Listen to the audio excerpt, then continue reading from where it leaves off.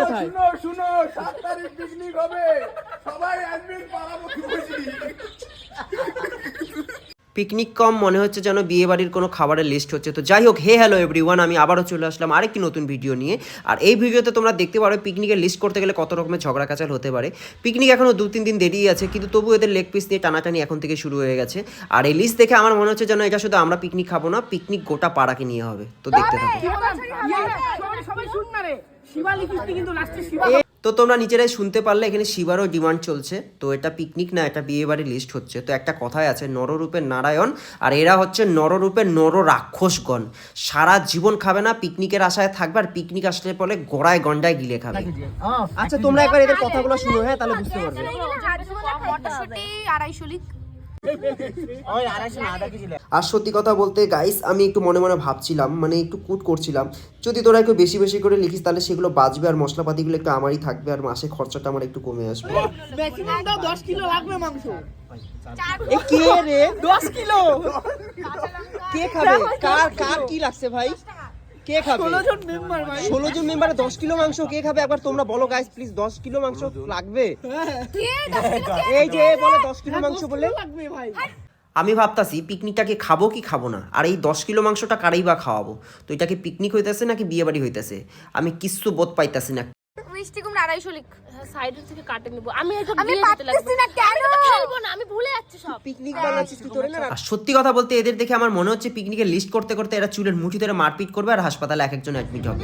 তুই চাপ নিস না, তুই একটা হলেও চিকেনের টুকরা পাবি। হ্যাঁ পাবি, একটা হলেও পাবি তুই, চাপ নিস। তো যাই হোক, এদের ঝগড়া কাচাল দেখে আমার টপি উদাস হয়ে গেছিল যে আদৌ তার ভাগ্যে চিকেনের টুকরা আছে কিনা। তো যাই হোক, আমার কথা শুনে সে খুশি হয়ে গেল। না না, এত বড় ভাই, এত বড় রাখবি না।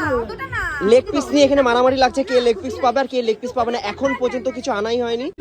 এখানে তো মাত্র 5 জনকে দেখতে পাচ্ছ, আরো মেম্বার গুলো থাকলে পরে হয়ে গেছে। এই পিকনিক আর এবছর খেতে হবে না। তোর মাথা লাগবে, তোর মাথা। এতগুলো টাকা কি করতে আছে? এতগুলো টাকা কি করতে আছে?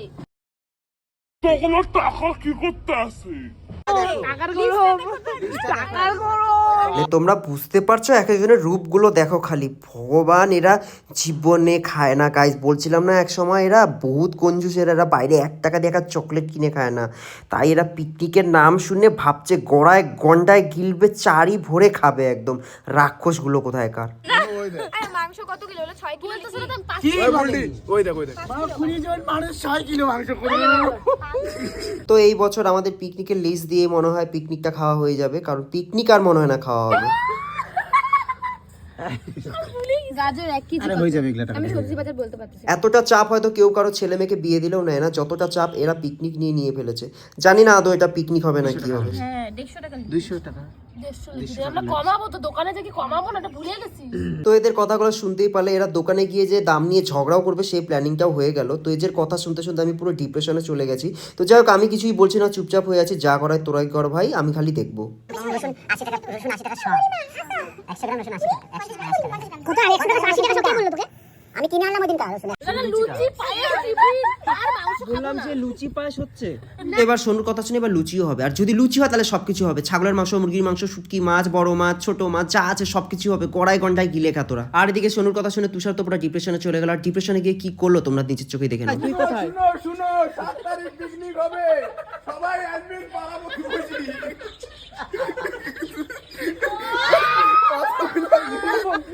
এখানে তুষার পুরো পাড়াকে ইনভাইট করলো গাইস।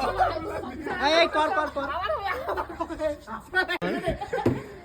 শুনো শুনো শুনো, রাজগঞ্জবাসী 7 তারিখ ডাইনামিক ডান্স একাডেমির পক্ষ থেকে সবাইকে নিমন্ত্রণ রইল। সবাই 7 ঘটিকায় ডাইনামিক ক্লাসের সামনে সবাই হাজির হবে। লোক বার হয়ে গেছে রাস্তায়, সিরিয়াসলি সবাই রাস্তায় বার হয়ে গেছে গাইস।